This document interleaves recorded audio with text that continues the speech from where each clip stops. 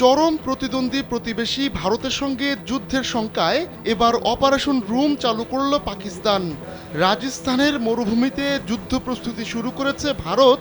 এমন খবর প্রকাশ্যে আসার পর এবার পাকিস্তানের এই অপারেশন রুমের বিষয়টি সামনে এলো। এরই মধ্যে ইসলামাবাদে পাকিস্তানের পররাষ্ট্র মন্ত্রণালয়ের অধীনে গঠিত ওই অপারেশন রুম পরিদর্শন করেছেন দেশটির উপপ্রধানমন্ত্রী ও পররাষ্ট্রমন্ত্রী ইসহাক দার। এই অপারেশন রুমে পাকিস্তান ভারত সম্পর্ক, সীমান্ত পরিস্থিতি, কূটনৈতিক এবং নিরাপত্তা অগ্রগতি নিবিড়ভাবে পর্যবেক্ষণ করা হচ্ছে। ইসহাক দার এই রুমের দায়িত্বে থাকা কর্মকর্তাদের সঙ্গে কথা বলেন এবং তাদের সতর্কতা ও প্রস্তুতির জন্য ধন্যবাদ জানান।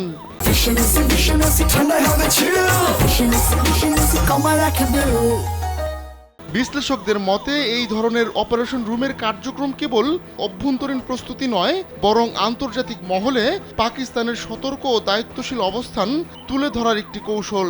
গেল মঙ্গলবার কাশ্মীরে পর্যটকদের উপর বন্দুকধারীদের হামলায় ২৬ জন নিহত হওয়ার পর শুরু হয় উত্তেজনা। ভারত পাকিস্তানকে দায়ী করে দেশটির নাগরিকদের ভিসা বাতিল, সিন্ধু পানি চুক্তি স্থগিত সহ একাধিক কড়া পদক্ষেপ নেয়। জবাবে পাকিস্তানও ভারতের নাগরিকদের ভিসা বাতিল, বাণিজ্য স্থগিত এবং আকাশসীমা বন্ধের ঘোষণা দেয়।